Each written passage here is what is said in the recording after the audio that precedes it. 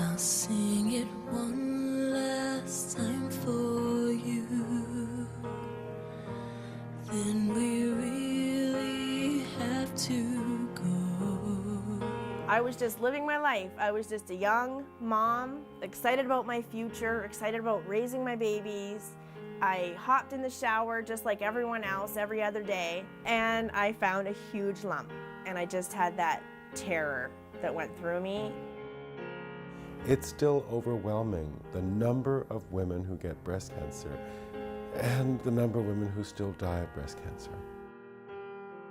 Literally the day after my core biopsy, at about 2 minutes after 9 in the morning, the phone rang, and it was my surgeon. And I can still remember answering the phone, and I heard her voice, and she literally said, like out of a movie, she said, "Marcy, is anyone there with you right now?" And I thought for half a second about just quickly hanging out the phone. Nope, I'm not dealing with that. I don't want to hear it. I said, "No, I'm here by myself." And she said, "Well, pause. It's breast cancer."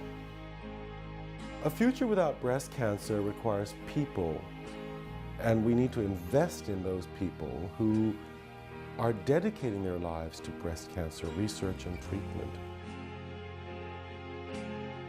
The technology Dynamo examines dynamic networks of molecules within cells and how those dynamic networks change in good prognosis breast cancer and bad prognosis breast cancer.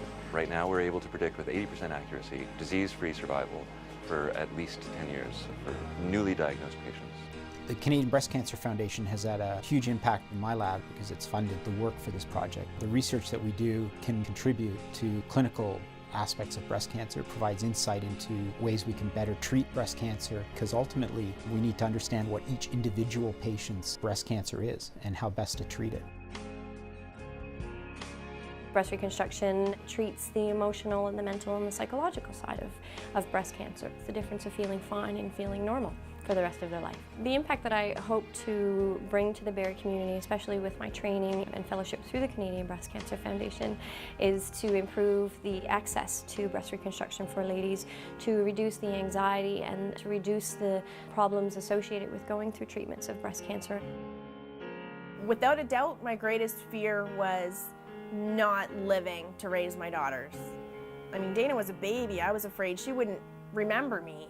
And even Bryn at 2.5, I thought, if I die, they're not going to even remember me. People will have to show them pictures. In the general population, there's about a 10 to 11% lifetime risk of developing breast cancer.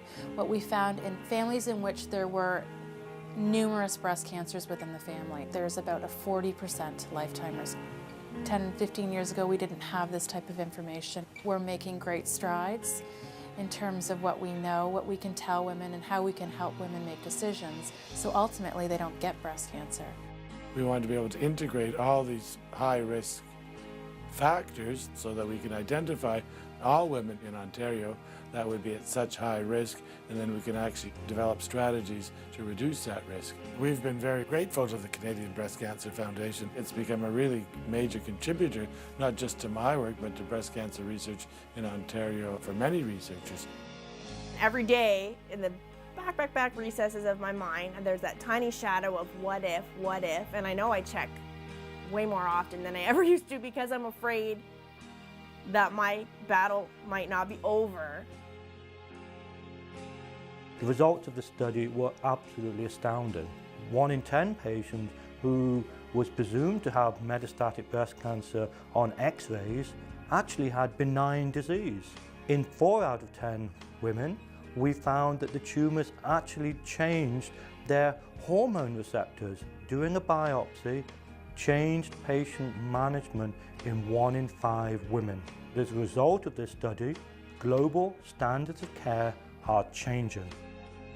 Our outcomes have improved significantly from 10 years ago. I'm comforted to talk to women with breast cancer and give them those numbers and reassure them that the majority of them are going to do quite well. It's because of the Canadian Breast Cancer Foundation that allows us to do this research. It will improve their outcomes and improve their care. It's very exciting and rewarding to be in a field where so much is happening, and we think that the potential is so great that we can change things over the next few years. Bryn was old enough by the time all of the treatments, really kicked in. She remembers when I lost my hair She said, I hope when I grow up I don't get boobies because I don't want them to cut them off. I mean, it's all I can do not to cry because I don't want her to think like that. I'm looking beyond now me to the possibility of my daughters having maybe inherited this genetic mutation too, and I don't want them going through anything that I have. So the foundation, it's raising awareness, it's giving me hope, it's giving me hope for my kids. I know there's going to be a cure, and I hope I'm alive to see it, but I want my girls to witness that. I want my girls to hear that announcement. However we hear about it, whenever we know that there's a cure for this disease, we're going to have the biggest party ever. We're going to have the biggest pink party ever.